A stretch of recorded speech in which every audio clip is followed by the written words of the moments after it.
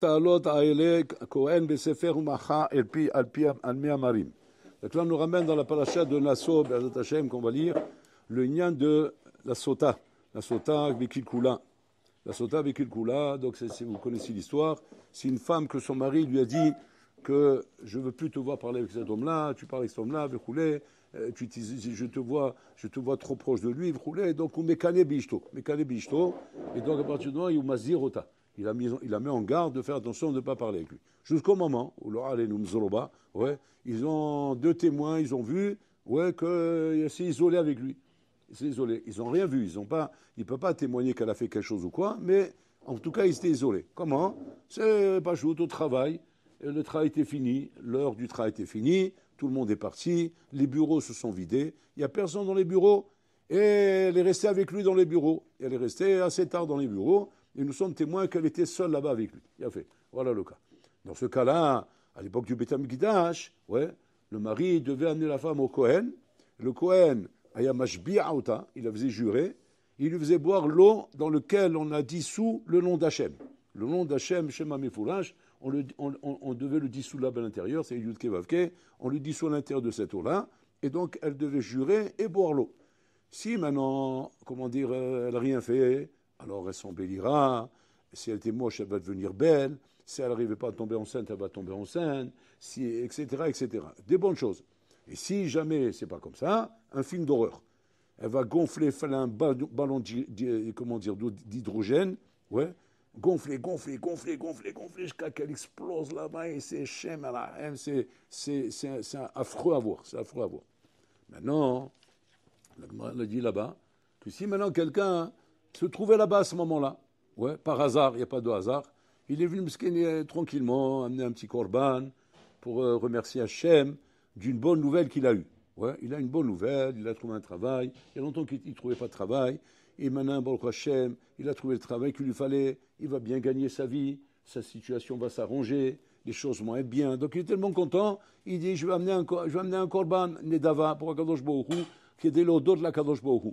Bon, donc il vient tranquillement, comme ça, avec son petit mouton, tranquille, il a repété au Mikdash, et puis Tom, il voit la scène d'horreur devant ses yeux, la sota qui a explosé. Okay? Qu'est-ce qu'elle dit la Gemara? Tu as vu ça? Yazir tasmo minayayin. Alamakom devient nazir. Deviens nazir parce que tu as vu ça. Non, c'est Pélé Playim, ma bouteille. A priori, ma kécher, quel kécher il y a entre lui et cette histoire? Asma, je l'ai vu. Pas, quoi, hein. On voit quelque chose, hein, il faut devenir pompier parce que j'ai vu pompier. Je comprends pas. C'est quoi ce genre de rapport qu'on fait? Tu as vu ça, alors il faut faire un nazir. Alors là-bas, ils disent, le Chazal, il dit comme ça, que c'est pas Stam, il n'y a pas de hasard, tu n'as pas vu ça Stam, et donc si tu as vu ça Stam, c'est qu'il doit avoir quelque chose chez toi. Il doit avoir quelque chose chez toi, et par rapport à ça, tu dois t'interdire la chose qu'il a amenée là-bas, celle-là. Qu'est-ce qu'il a amené là-bas, celle-là? L'alcool, le vin, des trucs comme ça, parce qu'il a invité à boire, elle a bu un peu d'alcool. On boit un peu d'alcool, qu'est-ce qui se passe? On devient un peu gay. Une femme, quand elle devient gay, déjà, elle a l'esprit très léger. Tu mets un petit peu d'alcool, et ça commence à tourniquer. Elle commence à tourniquer. Maintenant, le Zorobon, lui, il fait ça avec des intentions. Mais maintenant, ça amène à des mauvaises choses, Shalom. Aujourd'hui, moi, j'ai entendu comme ça, que dans le chouk des jeunes, comme ça, ils font des soirées comme ça, ils font boire de l'alcool aux jeunes filles. Comme ça, j'ai entendu. Je ne sais pas si c'est vrai, c'est à vous de me dire. Vous êtes plus au courant que moi. En tout cas, j'ai entendu comme ça. C'est-à-dire que c'est une âme de l'alcool, c'est quelque chose qui a toujours existé. C'est pas quelque chose de nouveau. C'est quelque chose qui a toujours existé. Et qu'on sait qu'avec ça, on arrive à tourner la tête aux gens, et en l'occurrence aux femmes. Et donc cette femme, à cause de l'alcool, elle est tombée. C'est-à-dire, soit kaviachol, c'est-à-dire déracine les mauvaises choses qui peuvent exister ici. Et comme la racine mauvaise c'était ça, alors enlève ça de toi. Elle fait mauvais. Maintenant, il faut bien se rendre compte des choses. On vit aujourd'hui dans un dor rabotai, dor shinikra roe sota bikilkula. Notre dor, il est comme ça. C'est un dor de roe sota bikilkula. C'est de n'importe quelle manière. Kalvachomer, si tu as un téléphone avec des réseaux sociaux, alors là, c'est roe ou mistakel ou mabit ou me'ayen. Besota bikilkula. C'est-à-dire que là, tu es baigné dedans ouais, jusqu'au cou, jusqu'à même ta tête, elle est enfoncée à l'intérieur. Et tu vis là-bas dedans. Qu'est-ce que ça veut dire? Ça veut dire quoi? Que là, je dois être mazir, tasminaïn, je dois m'interdire des choses, je dois mettre des barrières, je dois mettre des choses. Ça veut dire qu'il y a un matzav ici qui t'interpelle. Un matzav qui t'interpelle, qui dit que, selon la Torah, par rapport à cette histoire que la Torah elle nous ramène, c'est-à-dire que je ne peux pas rester insensible. Je ne peux pas rester sans réaction. C'est pas possible. Sans rentrer maintenant, on va dire, oui, alors il faut se mettre des barrières, il faut s'interdire, il ne faut plus sortir, il faut s'enfermer. Je ne parle pas de ça. Je parle que le bonhomme, il a des obligations, il travaille dans la journée, il travaille dans sa vie, il est obligé à cause de ça d'avoir un smartphone, bon, filtré, tout ce que tu veux, il a un ordinateur, il a tout ce que tu veux. Mais les maasés, à ta grosse sotabi kilkula, c'est-à-dire qu'il faut faire quelque chose. C'est pas la Torah ce qu'elle nous apprend ici. Ça, la Torah. La Torah, c'est quoi? Tu ne peux pas dire maintenant, moi je vois des choses, j'entends des choses, je suis témoin de choses. Tout, c'est comme ça, Rabotai. Et le maasé, la vie continue. Un d'avoir cassé. Il faut qu'un homme il fasse très attention. C'est-à-dire quoi? C'est-à-dire que les maasé, tout commence par le fait maintenant de voir des choses et de ne pas prendre de disposition par rapport à ces choses-là. La vie, Rabotai, ça n'arrive pas qu'aux autres. Si ça arrive à l'autre, ça peut arriver à toi aussi. Quand c'est que tu peux dire que toi, tu es plus préservé que l'autre, parce que tu as une protection, tu as des gdarim, tu as une protection. Et cette protection, une ami peut dire maintenant que grâce à elle, à toi, peut-être ça n'arrivera pas. Comme Tasé Makel et Gagecha, fais un Makel et Gagecha, chez l'Oipol Anofel, de peur qu'il va tomber celui qui doit tomber. Makamana. Il doit tomber de toute façon. Oui, mais un Maké. Pourquoi? Pour ne pas que, Hazou Shalom, tu sois amené à souffrir de ce genre de problème. C'est-à-dire, la Torah te demande de mettre des barrières. Mets des barrières. De façon à ne pas être, Hazou Shalom, comment dire, entraîné dans ce rolam de Sota Bikilkula. Mais non. C'est quoi ces barrières? Alors, il faut bien savoir une chose comme ça, en Bretagne. On est à l'Aïshiva pour l'instant. On est à l'Aïshiva, bon, Hachem, 1 an, 2 ans, chacun selon ses dispositions. À l'Yeshiva, on apprend, Baruch Hashem, beaucoup d'Ashkafot, on apprend beaucoup de Gemara, beaucoup de Iyun, beaucoup de Limoud, on apprend énormément de choses. Maintenant, le Ikar à Botaï, c'est pas ça. C'est pas ça. Le Ikar, c'est tu te projettes dans la vie. Et un jour, tu vas sortir. Quoi qu'il arrive. Même si on va dire tu vas rester, mais tu vas te marier. Et tu auras un foyer, et tu auras ta vie, tu auras ta maison, tu auras tes... Et là, à ce moment-là, un homme doit savoir, comment il se projette dans la vie. Comment il se prépare à la vie, Rabotai? Un homme qui n'est pas préparé à la vie, même s'il a passé un séjour à la yeshiva, mais sans se préparer à la vie, Rabotai, il y a ça scharo be'efsedo. Ce qu'il aurait gagné d'un côté, il aura perdu de l'autre côté. Pourquoi? Il n'y a pas d'achana, il ne s'est même pas projeté dans la mitzvah, dans la vie. Il n'a même pas envisagé ça. Il ne s'est même pas posé de questions à Philou là-dessus. Ouais. Simplement, comment dire, il est passé là, après il est passé là-bas, etc. Et donc automatiquement, tout reprendra son train-train quotidien et tout sera comme avant, sera comme si rien n'était. Comme si il n'est même pas passé à l'Yeshiva. Et pourquoi c'est comme ça? Parce que le teva de l'homme, il est comme ça. L'homme, il est comme ça dans son teva. Un homme qui ne marque pas sa vie par rapport à des choses qui lui arrivent, cet homme-là, Rabotai, Pachout, ces choses-là ne seront pas machpia sur lui, en rien. Ça on dit, Yazir, tu dois faire quelque chose, tu dois marquer la chose, tu dois montrer que j'ai compris ici. Le message, c'est quelque chose qui peut arriver, ça peut arriver aussi bien à moi qu'à un autre, vous connaissez. Donc il faut faire quelque chose, il faut mettre des barrières. Un homme doit se préparer, Rabotai, à savoir que demain je sors de l'Yeshiva, donc ceux qui vont sortir de l'Yeshiva, qui vont reprendre leurs études, ils vont aller dans la vie, active et rouler. Il y en a qui sont sortis de la yeshiva, ils peuvent vous dire comment ça se passe dehors. C'est-à-dire que, comment dire, dehors, c'est pas dedans. Dehors, c'est pas dedans. Mais rien à voir. Et même si le bonhomme, il dit, non, je sais, tu sais pas. Tu crois que tu sais, mais tu sais pas. Tu sais pas ce qu'il y a dehors par rapport à dedans. Et quand tu es dedans, tu n'as pas idée, birla, de ce qu'il y a dehors. Si déjà le bonhomme, Rabotai, alors que le bonhomme, il vient de dehors.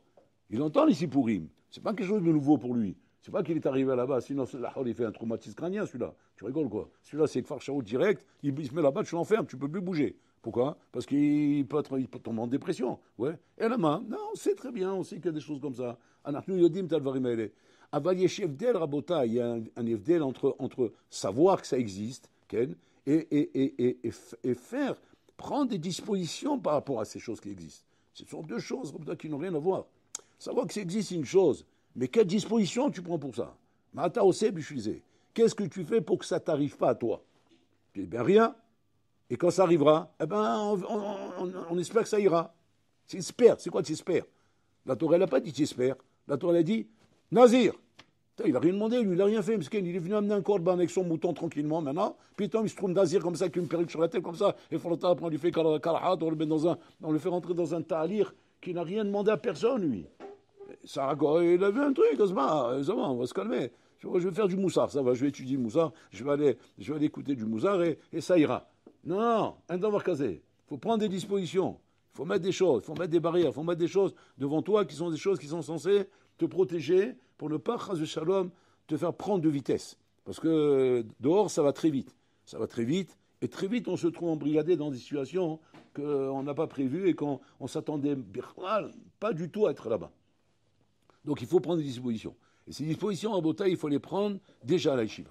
Déjà à la yeshiva à Botaï. C'est ici que ça se passe. C'est pas une fois qu'on est dehors. Une fois qu'on est dehors, c'est trop tard. Il faut déjà à la yeshiva à Botaï. Déjà à la yeshiva, comprendre à Botaï qu'il y a d'abord une chose qui est essentielle, qui est ce qu'on appelle le seder. Un homme, il doit vivre dans un seder. Vaubeul, il a un chapitre sur ça où il explique là-bas qu'un homme qui n'a pas de seder, on ne parle pas d'Afka Yeshiva, je parle même dans la vie, dans la vie de tous les jours. Un homme qui n'a pas de seder, ouais, c'est un homme qui vit Be'ashgacha Klalit, il vit Alpiteva. Alpiteva, hein, comme ça vient, ça va. Avoir un seder, c'est quoi avoir un seder à Botaï? Avoir un seder, Pachout, c'est savoir ce que j'ai comme obligation dans ma journée. J'ai des obligations dans ma journée. Pas je fais en fonction de ce qui arrive. Et en fonction de ce qui arrive, je sais d'une manière clalite comment il faut se comporter. Tu es un homme de Bekiout, tu n'es pas un homme de Iyun. Bekiout, c'est ça, c'est une vue panoramique sur la vie. C'est pas comme ça. Il faut avoir une vue de Iyun sur la vie. C'est ça la différence entre le Iyun et la Bekiout en bataille. C'est je rentre dans les détails de la Sougia. La vie, c'est pareil. La vie, c'est une vie de détails, où je dois rentrer dans les détails de la Sougia. Donc je dois avoir un seder qui doit me donner des obligations dans la journée. Des obligations. Maintenant, les obligations dans la journée, c'est pas simplement Shachrif Mikhayarvit. Ça, c'est classique, ça, c'est commun à tout le monde, Rabotai. C'est mes obligations.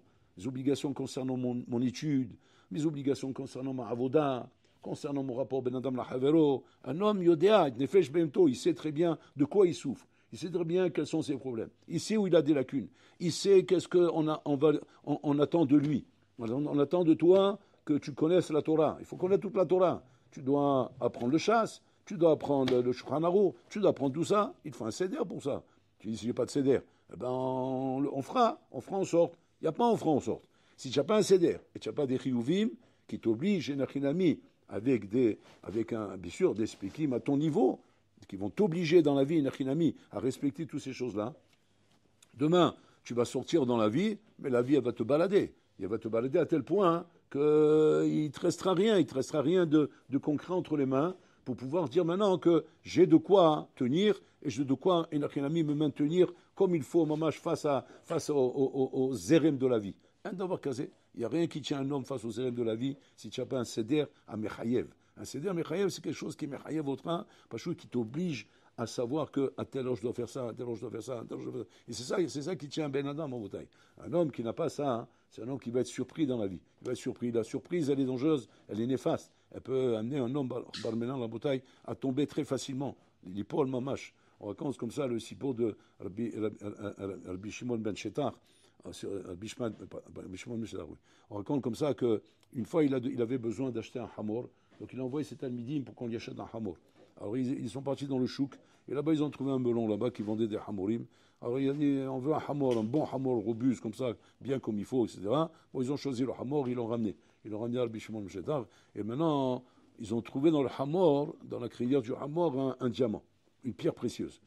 Alors les talmidim, ils disent au Rav, ils disent, Kvod Rav, Kama Hashem oev otchem, combien Hashem il vous aime. Vous vous rendez compte, vous avez acheté un hamor, on vous donne un diamant.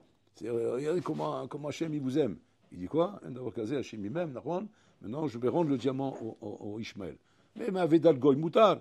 La Veda d'un goy, le moutar, on ne rentre pas une Veda un goy. Il dit non, mais il y a Kiddush Hachem. Il y a Kiddush Hachem à faire ici. Il faut sanctifier le nom d'Hachem, que ce goy il voit que nous les Juifs dans la Torah, on a un respect des valeurs, etc. Et donc on rend le diamant. Et quand il a rendu le diamant au goy, Le goy, bon, il s'est étonné, et tout de suite, il a fait, à sa manière, il a fait une bracha. Baruch ata Hashem Eloké de Rabbi Shimon ben Sheta. Comme s'il a fait la bracha. Le Farshim, il demande là-bas, hein, qu'est-ce qu'il voulait par là? Qu'est-ce qu'il veut dire par là, ce goy? Quoi, il bénit Hachem. Bénis Rabbi Shimon, bénis-le à lui. Merci beaucoup à toi. Toi dans là-bas, tu es un homme droit. Ça fait plaisir de voir un homme droit. Kol hakavod, v'choulé. C'est comme ça d'habitude qu'on voit un homme, il réagit par rapport à la personne qui a fait du bien ici. Pourquoi il bénit Hachem? Ce goy Rabotai, aussi hamar qu'il est lui, son hamar felfel, la même chose, oui. Le maasé, il est très intelligent. Très intelligent. Il a compris que quoi? Que ça, Rabotai, c'est pas un maasé Adam. C'est le maasé Adam. C'est maasé Eloki. Un Ben Adam, un d'avoir casé. Il trouve un diamant comme ça, d'autant plus qu'il a le droit de le garder. Il n'y a rien qui l'oblige à le rendre, et que Stein va le rendre. Lui, Mohamed, lui-même, il sait qu'il n'aurait jamais rendu un truc comme ça. Et quand il voit ce bonhomme rendre ça, alors que rien ne l'obligeait à le rendre. On ne va pas le traiter de voleur, on ne va pas faire des poursuites contre lui, on ne va pas porter plainte contre lui. Il n'y a rien qui l'obligeait à le rendre. Donc, mi dachavoto lésé. Si ce n'est pas Elohim, si ce n'est pas Hachem. Hachem, c'est dachavoto lésé. Et ça, le gars, il était impressionné de ça en Botaï. Voilà ce qu'on demande à un Ben Adam. On demande à un Ben Adam en Botaï, Bachout, d'être le représentant, comme un ambassade, le représentant d'Hachem dans ce monde. Tu représentes Hachem dans ce monde du moment où Hachem t'a donné la possibilité d'être un juif, un Yehudi. Donc tu représentes Hachem dans ce monde. Pour pouvoir représenter Hachem comme il se doit dans ce monde à Botaï, il faut avoir un seder. Un seder qui va m'amener une achinami de vivre avec des chiyuvim, des obligations. Un homme ne peut pas, piston, se trouver dans une situation pareille. Piston, il y a un diamant, ouais, il ne perd pas ses pédales. Bien sûr, il perd les pédales, sauf s'il a un seder. Et c'est comme ça dans chaque chose. On ne peut pas être surpris. Il faut savoir où on va. Et là, à partir de là, on peut dire Baruch Eloké Rabbi Shimon Chasser. On peut bénir le Dieu de cet homme-là. Et ça, c'est une ma'ana souma rabotai. C'est comme on raconte comme ça un sipour méaniel qui s'est passé une fois dans les souterrains atomiques de Dimona. Dans le souterrain de Dimona, là-bas, ils fabriquent la bombe atomique en Israël. C'est un endroit très secret. Personne ne peut arriver là-bas. C'est très miyouchad. Même ceux qui travaillent là-bas, ils travaillent chacun dans des chambres isolées. Et chacun, il a un travail à faire qui est par rapport à la pièce qu'on lui demande de fabriquer. Il ne sait pas d'où ça vient, il ne sait pas où ça va. Et donc, il n'a que ça devant lui. C'est-à-dire que même si demain, alors allez-nous, on prend un bonhomme comme ça et on essaie de le soudoyer pour donner des informations, il est incapable de donner des informations du moment où il n'a pas des éléments de savoir chaque chose à quoi elle sert. Ils sont très intelligents de faire travailler les gens en leur donnant une maîtrise dans ce qu'ils font, mais ils n'ont aucune idée de ce qui se passe autour. Et chacun est dans son truc comme ça. Il y a un endroit où ils se rencontrent, où ils se voient tous, c'est quoi? C'est dans le vestiaire. Dans le vestiaire, ils se rencontrent tous. Bon. Un jour, comme ça, on arrive comme ça au vestiaire, donc il se déshabille parce qu'il doit porter une tenue spéciale, parce qu'il a radioactivité, il doit porter des habits spéciaux, et donc il se déshabille, il se met comme ça. Maintenant, là-bas, il se rend compte, ce bonhomme-là, c'est un garçon qui a fait tchouva, c'est que des chilonim là-bas. C'est un garçon qui a fait tchouva. Et donc il travaille là-bas. Ils se rendent compte maintenant, dans un des vestiaires, que le bonhomme qui s'est changé, il a oublié de fermer la porte. Ils voient là-bas une enveloppe. Ils regardent comme ça, ils voient dans l'enveloppe comme ça une nièce de billets comme ça. Une grosse somme d'argent. Qu'est-ce qu'il fait? Il prend l'enveloppe, il met dans son truc, il ferme la clé. Donc il a piqué l'enveloppe. Maintenant, le travail est terminé, finissent la journée, ils viennent maintenant pour se rhabiller et changer leurs habits. Piton, on entend un cri dans le vestiaire. Au voleur! Regarde, qu'est-ce qui se passe? Makara les reins. J'ai une enveloppe, je l'ai posée dans le truc, on me l'a piqué. Quelqu'un m'a piqué l'enveloppe. Alors tout de suite, les bonhommes qui étaient là-bas, tout le monde était là, bon, que personne ne sorte, fermez tout, verrouillez, il faut rendre l'enveloppe au bonhomme. Celui qui a piqué l'enveloppe, il faut qu'il la rende. Qu'est-ce qu'il fait le religieux là? Ouais, qui a mis l'enveloppe dans son vestiaire. Il dit, regarde, si ton enveloppe, tu veux la retrouver, il y a une bonne sgoula pour la retrouver. Il dit, c'est quoi la sgoula? Il dit, Pachout, lis tout le Teilim. Tu craques la Sefer Teilim, et bien, que tu vas lire tout le Sefer Teilim, tu vas trouver ton enveloppe. Alors maintenant, l'autre, il se met à s'énerver. Il dit, tu es marrant, toi. Tu crois qu'un bonhomme, quand il a perdu une enveloppe pareille, avec une somme comme il y avait dedans, tu crois qu'il peut avoir la force de lire Teilim? D'abord, moi, je ne lis pas Teilim, moi. Tu comprends? Je suis un Hiloni, je vois bien les points qui battent. Tu as fait le chouba, tu es en train de rendre les gens fous avec ces histoires de Teilim. Moi, je ne suis pas là-bas. Tu as compris? Maintenant, moi, j'ai perdu mon enveloppe, quelqu'un me l'a piqué, je veux trouver mon enveloppe. Il dit, mais je t'ai expliqué comment tu vas la retrouver, pourquoi tu t'excites. Détends-toi. Prends le Teilim, voilà. Tiens, Teilim, voilà. Lis Télim, voilà. Maintenant, les gens autour, ils commencent à s'exciter. Ils disent, mais ça y est, laisse-le tranquille, ça suffit. Tu es en train de le rendre fou avec ce truc. Il est en train de dire qu'il a perdu son enveloppe. On va trouver son enveloppe avec des Télim maintenant. Tu es en train de détourner le problème, là. Il dit, mais pas du tout, je ne détourne pas le problème. C'est là que ça se passe. Il a un problème qu'il a perdu son enveloppe. Bon, alors là, il va le retrouver son enveloppe. Il faut le Télim. Maintenant, il se lève là-bas, il lui dit, dis-moi, toi, tu dis de lire Télim pour trouver l'enveloppe. Tu lui promets qu'il va retrouver l'enveloppe? Il dit oui. Et s'il la trouve pas, moi je lui donne. Oh, c'est différent. Là. Alors, à ce moment-là, et l'autre, il n'arrête pas de s'exciter.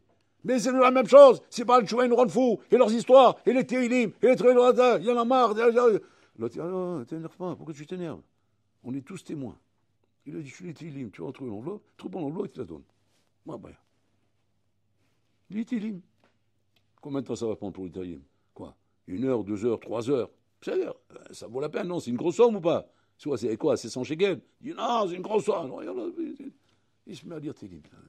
Comme ça, doucement, comme ça, en train de lire Télim. Il a terminé Télim. Et maintenant, il dit, nous, où est l'enveloppe? Il prend la clé, il ouvre le placard. Il dit, la voilà. Et là, Habibi, qui m'a dit, lui saute dessus, il veut l'étrangler. Le voleur! Il y a le vol, il y a le ramaï, il y a le ramaï, Shem Rahem, c'est un voleur, espèce de voleur. Voilà les balais de Chouba, c'est comme ça, c'est Khilou la gêne, roulé. Après l'autre, il dit, attends, pourquoi tu t'énerves? C'est comme je t'ai dit, c'est Borolam qui t'a rendu l'enveloppe. Mais comment c'est Borolam? C'est toi, espèce de voleur. Tu me l'as piqué, voilà, il est à mort, tu l'as mis là-bas, tu as fermé la clé. Et maintenant, tu m'as pris en chandelle comme ça, en train de lire des télis comme Ahmar. Pendant 2 ou 3 heures, j'allais me sécher. Je la bouche, la langue, elle est devenue du bois. Et voilà, et j'allais mourir. J'allais mourir pendant que j'étais en train de lire, tellement que j'étais en train de m'angoisser, j'ai perdu l'enveloppe. Et maintenant, c'est toi, tu l'as mis là-bas. Et tu es en train de faire ça. Tu te bailleches, lecha. Comme c'est lui. Maintenant, Pitom, il y a là-bas des bonhommes qui regardent la scène. Et il dit, explique-toi. Tu es un garçon intelligent. C'est vrai que ça fait de chouba, etc. Bon, c'est pas notre goût, mais explique-toi. Il dit, c'est très simple. Il leur raconte l'histoire de Rabbi Shimon Meshétar. Il dit que l'arabe, il a béni Hachem de Rabbi Shimon. Pourquoi il a béni Hachem de Rabbi Shimon? Parce que sans cette rochma élokite, aucun homme ne peut faire une chose pareille. Il dit, là, c'est pareil. Ton placard était ouvert. Tout homme, il voit une enveloppe comme ça, il la prend, il la met dans son truc. Cours pour la chercher maintenant. Ouais. Maintenant, qu'est-ce qui m'amène à avoir la force de te les rendre? C'est Akadosh Baruch Hu. Je n'aurais pas fait de chouba, tu peux courir. Mais j'ai fait de chouba, je te les rends. Maintenant, il commence à dire, mais c'est pas vrai, tiens, mytho, Zed. Et là, les bonhommes autour, ils commencent à dire, non, il a raison ce qu'il dit. Il a raison. Il y a des choses qu'un homme arrive à faire parce qu'il a reçu une Torah, il a reçu des Hashkafot. Mais sans cette Torah, sans ces Hashkafot, un d'avoir casé, je fais une chose pareille. Et on ramène comme ça un sipour dans l'Agmara. L'Agmara, on ramène qu'une fois, Rabbi Shimon, il se trouve en prison avec Rabbi Akiva. Ils ont attrapé tous les deux. Ouais, ils ont attrapé parce qu'ils ont enseigné la Torah et c'était interdit sur la Torah. Ils se sont retrouvés en prison tous les deux. Maintenant, Rabbi Shimon, c'était le talmid de Rabbi Akiva. Il vient voir Rabbi Akiva, il dit, Rabbi Akiva, bon, regarde, de toute façon, on est en prison maintenant. On s'est fait attraper parce qu'on a étudié la Torah, toi de ton côté, moi de mon côté, oui. Viens, on perd pas le temps. T'es la mère de tes Torah. Alors il dit, ouais, ça suffit, on s'est fait attraper déjà avec ça. Ouais, Adkan, on peut pas. Si tu m'apprends pas la Torah, ouais, je te dénonce au Goïm que tu étudies encore. Et à ce moment-là, ils vont te pendre haut et court. Il dit quoi? Tu n'as pas honte? Comme ça, tu dis à ton rave, tu vas me dénoncer. Si j'étudie pas avec toi la Torah, tu vas me dénoncer au Goïm. Tu sais ce que c'est ça? C'est un sourd, c'est mon cerf. C'est un sourd d'Oraïta de faire une chose pareille. Comment tu parles comme ça, Rabbi Shimon? Il dit, c'est simple, c'est pas shoot.